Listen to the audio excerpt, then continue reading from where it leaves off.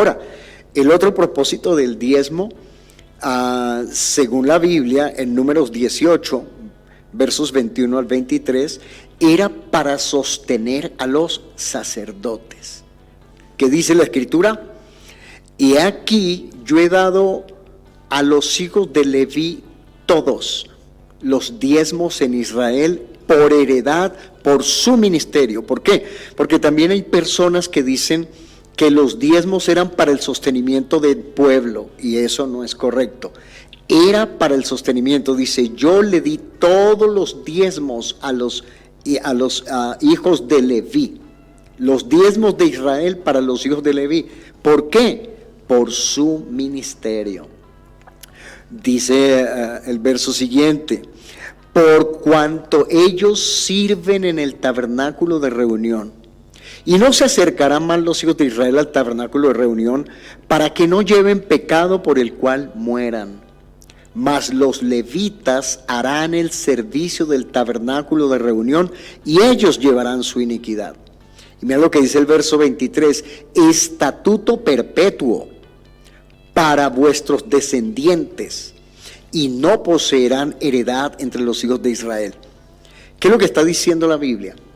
Que Dios escogió de entre las tribus de Israel una tribu para encargarle los oficios del tabernáculo, los sacrificios, la predicación, la amonestación, la intercesión, todo lo que tiene que ver en relación con Dios y el pueblo. ¿A quién le encargaron? A los levitas. Entonces, para que ellos no tuvieran una preocupación, digamos, extra, el Señor les dijo, ustedes no van a tener tierra, ustedes no van a trabajar como los otros israelitas, ustedes se van a dedicar a este trabajo. Eso es bien importante entenderlo, porque los diezmos eran para el sostenimiento de ellos. ¿Por qué? Porque a ellos no les dieron tierra, ellos no tenían un territorio, no podían tampoco vivir del aire.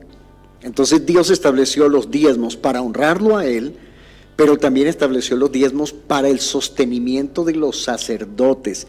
Clarito dice la Biblia en Números 18, versos 21 al 23, y por supuesto que hay otros versos que también respaldarían esta enseñanza, pero creo que con este basta. Entonces, los sacerdotes no tenían un trabajo, digamos, alterno, no tenían un trabajo diferente, dedicarse 24 horas a los asuntos del tabernáculo con todo lo que allí implicaba. Por un lado eso.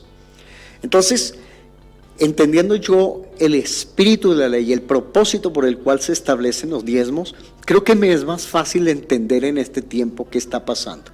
Ahora, ya no estamos bajo la ley, estamos bajo la gracia. La pregunta es esta: ¿los diezmos bajo la gracia se abolieron? Porque los enemigos del diezmo dicen, eso era de la ley. Pero la pregunta es, ¿hay un texto o hay textos en el Nuevo Testamento que hablen acerca de los diezmos? Bueno, Dios no nos ha dejado a oscuras en cuanto a este tema. Mira lo que dice Hebreos capítulo 7, verso 8. Y vamos a leerlo. Y yo resalté en mayúscula algunas palabras de este texto. Y aquí, ciertamente, reciben los diezmos hombres mortales, pero allí uno de quien se da testimonio de que vive. Yo creo que analicemos algo. Aquí ciertamente reciben, y estamos hablando ya bajo la gracia. Si esto hubiera sido abolido, aquí diría este texto, y aquí ciertamente recibían los diezmos hombres mortales. Si esto fuera apuntando a futuro, una profecía, por decir, aquí se leería, y aquí ciertamente recibirán los diezmos hombres mortales. Pero yo quiero que tú mires este pasaje en el Nuevo Testamento.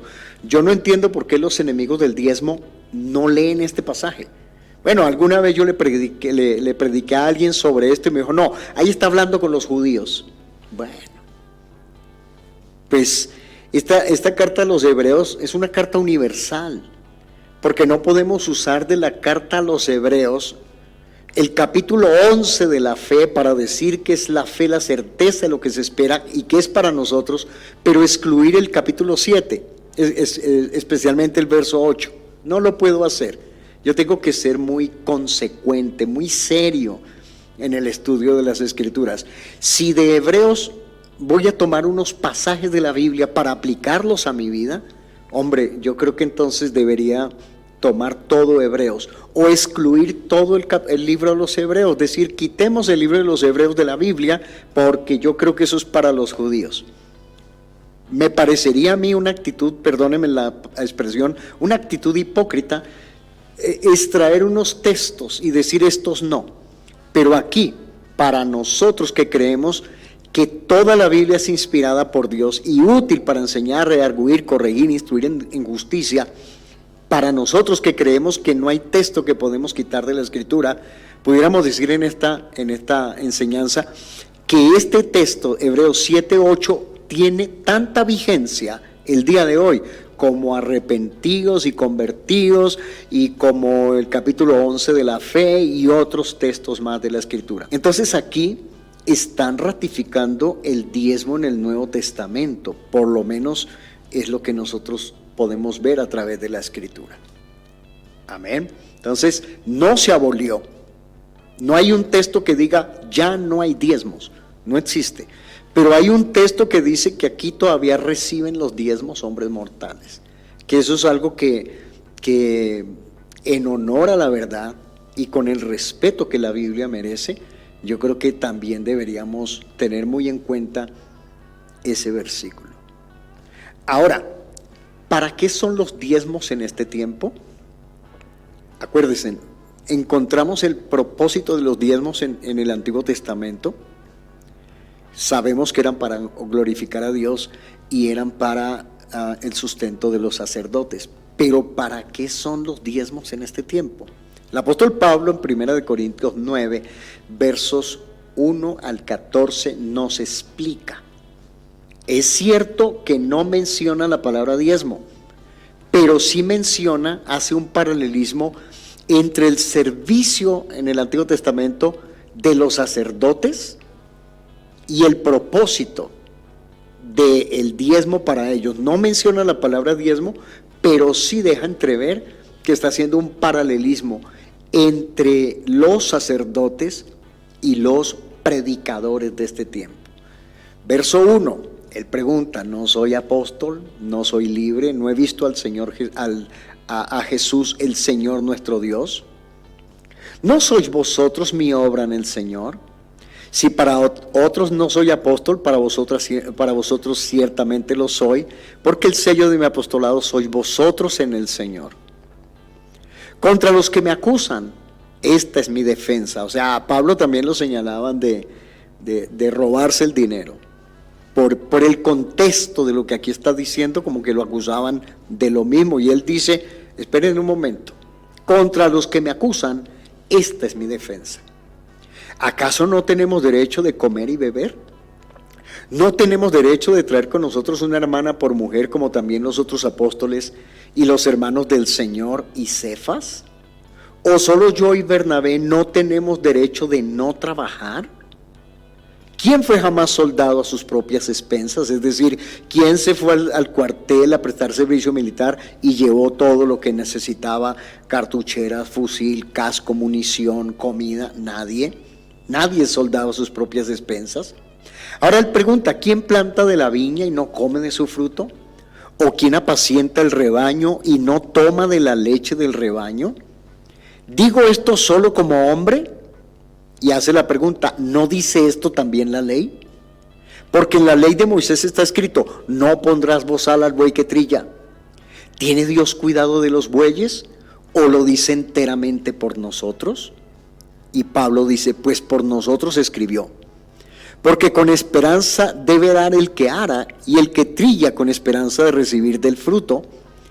Y él dice, si nosotros sembramos entre vosotros lo espiritual, es decir, te vas a ir al cielo, tu vida va a ser transformada, vas a experimentar el poder de Dios. Si nosotros sembramos entre vosotros lo espiritual, ¿es gran cosa si segaremos de vosotros lo material? Si otros participan de este derecho sobre vosotros, ¿cuánto más nosotros? Pero no hemos usado de este derecho. Me llama la atención lo que él dice, no hemos usado de este derecho, o sea, él se consideraba con el derecho de hacerlo, sino que lo soportamos todo por no poner ningún obstáculo al evangelio de Cristo.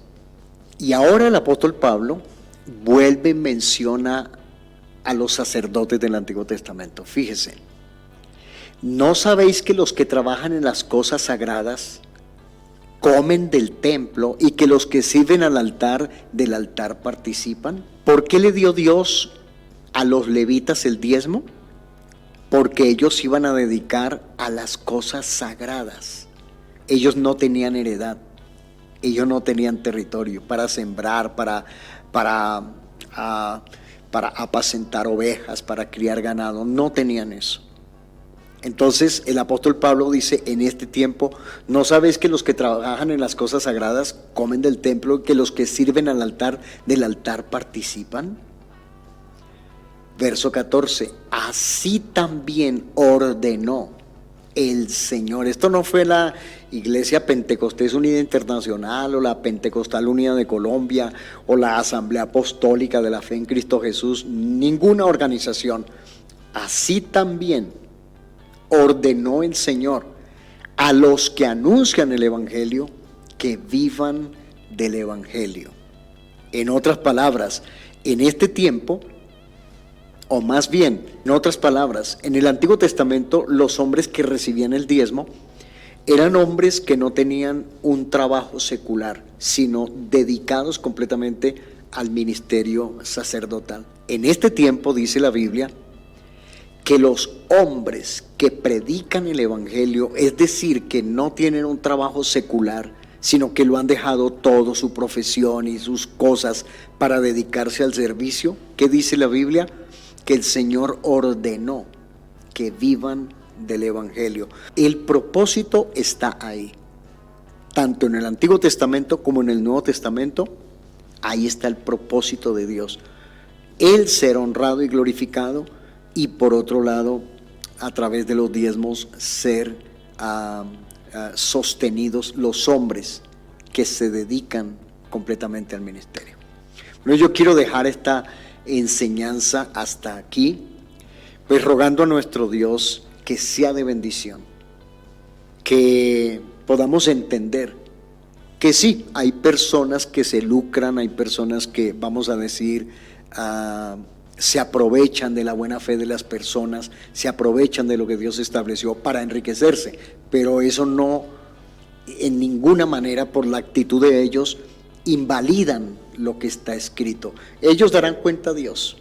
La verdad, ellos un día estarán parados frente al trono dando cuenta de lo que están haciendo, pero nosotros no podemos parar de predicar estas cosas porque es que están escritas. Están escritas. Entonces, mis amados, dejamos esta enseñanza hasta aquí. Muchas gracias por haber estado con nosotros. No olvides suscribirte, compartirnos y nos vemos en una próxima ocasión. Que el Señor Jesucristo los bendiga, que el Señor los guarde de una manera muy, muy especial.